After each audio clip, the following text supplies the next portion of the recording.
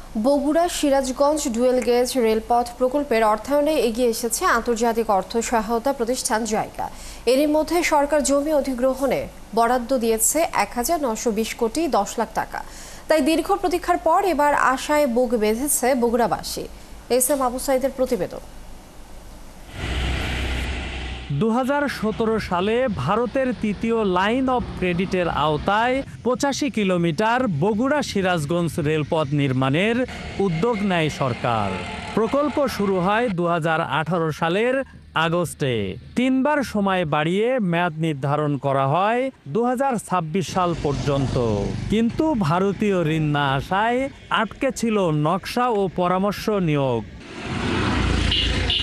বগুড়া ও সিরাজগঞ্জের দূরত্ব মাত্র ৭২ কিলোমিটার, অথচ সরাসরি রেল যোগাযোগ নেই, যে কারণে ঢাকাগামী যাত্রীদের ঘুরে যেতে হয় ১১২ কিলোমিটার বেশি। একনল সোপ, দেশের নম্বর 1 হালাল অ্যান্টিব্যাকটেরিয়াল সোপ, ন্যাচারাল ব্যাকটেরিয়ালাইসিসের সুরক্ষায় ফ্রেশ ও অ্যাক্টিভ সবসময়।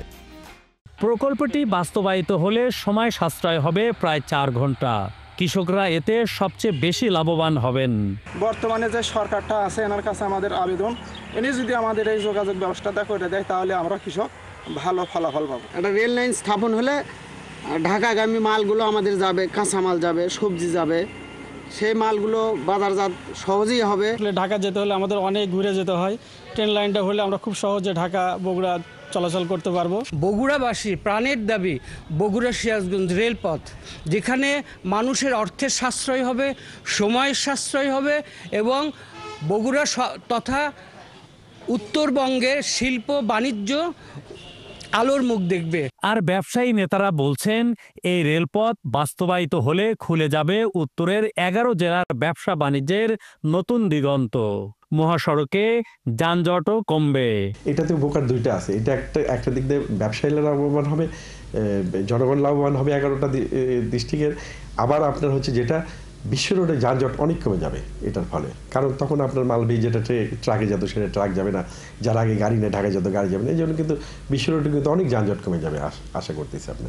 প্রকল্পের মোট ব্যয় ধরা হয়েছে ৫,৫৭৯ কোটি টাকা। এর মধ্যে ৩,১৪৬ কোটি টাকা ঋণ হিসাবে আসবে জাইকা থেকে। বাকি ২,৪৩৩ কোটি টাকা দিচ্ছে বাংলাদেশ সরকার। এই রেল লাইন শুধু বগুড়ার না, বরং উত্তরাঞ্চলের মানুষের বহুদিনের স্বপ্ন। এখন শুধু সময়ের অপেক্ষা, কখন বাস্তবে রূপ পাবে এই প্রতিশ্রুতি। S M Abu Saeed, ৭১, Bogura. দর্শক, বগুড়া রেলপথ নির্মাণ প্রকল্পের বিষয়ে বিস্তারিত জানাতে আমাদের সাথে সরাসরি যুক্ত হচ্ছেন সহকর্মী এস এম আবু সাইদ। সাইদ, দীর্ঘ প্রতীক্ষার পর বগুড়া রেলপথ নির্মাণ কাজ পুনরায় শুরু হচ্ছে। আমরা প্রতিবেদনে যেমনটি দেখেছি, এতে এই অঞ্চলের মানুষের প্রতিক্রিয়া কেমন দেখছেন জানাবেন।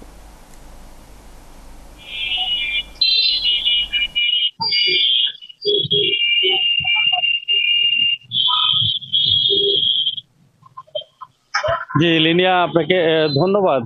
আপনি জানেন যে বগুড়া থেকে ঢাকায় যেতে প্রায় ১১২ কিলোমিটার পথ অতিরিক্ত ঘুরে যেতে হয়, শুধুমাত্র বগুড়া এবং সিরাজগঞ্জের সরাসরি রেলপথ না থাকার কারণে।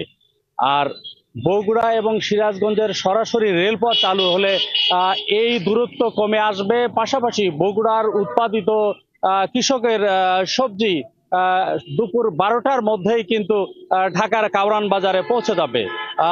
এতে যেমন কৃষক লাভবান হবে, পাশাপাশি ঢাকার ভোক্তারাও কিন্তু লাভবান হবে। কম মূল্যে টাটকা শাকসবজি কিন্তু তারা পাবেন, শুধুমাত্র যোগাযোগ ব্যবস্থা ভালো থাকার কারণে। কারণ বগুড়ার এই সবজি এবং অন্যান্য যে জিনিসপত্রগুলো আছে, বগুড়া হয়ে এই সড়ক পথে যাওয়ার কারণে দীর্ঘ সময় লেগে যায় এবং এ কারণে দেখা যায় যে সেগুলো রাস্তায় নষ্ট হয়ে যায়। এবং এই যোগাযোগ ব্যবস্থা না থাকার কারণে মানুষকে চরম দুর্ভোগে পড়তে হয়। এবং সেই বিষয়টিকে মাথায় রেখে সরকার কিন্তু ইতিপূর্বে এই সিদ্ধান্ত গ্রহণ করেছিল এবং এই সিদ্ধান্ত বাস্তবায়ন হওয়ার কারণে বগুড়া সহ উত্তরাঞ্চলবাসীর মানে আশায় বুক বেঁধেছে এবং তারা আশা করছেন যে এটি বাস্তবায়িত হলে অর্থনৈতিকভাবে যেমন মানুষ লাভবান হবে, পাশাপাশি মহাসড়কে যে এক ধরনের ব্যাপক যানজট আছে সে যানজটটাও কিন্তু কমে যাবে। সব মিলে বগুড়া সহ উত্তরাঞ্চলের মানুষের আশা এই প্রজেক্ট খুব দ্রুত বাস্তবায়িত হবে এবং তার মধ্য দিয়ে অবহেলিত বগুড়া সহ উত্তরাঞ্চলের মানুষের দীর্ঘদিনের যে বঞ্চনা সেখান থেকে তারা লাঘব ঘটবে, তাদের সমস্যার সমাধান ঘটবে, এমনটি প্রত্যাশা কিন্তু এই অঞ্চলের সাধারণ মানুষের।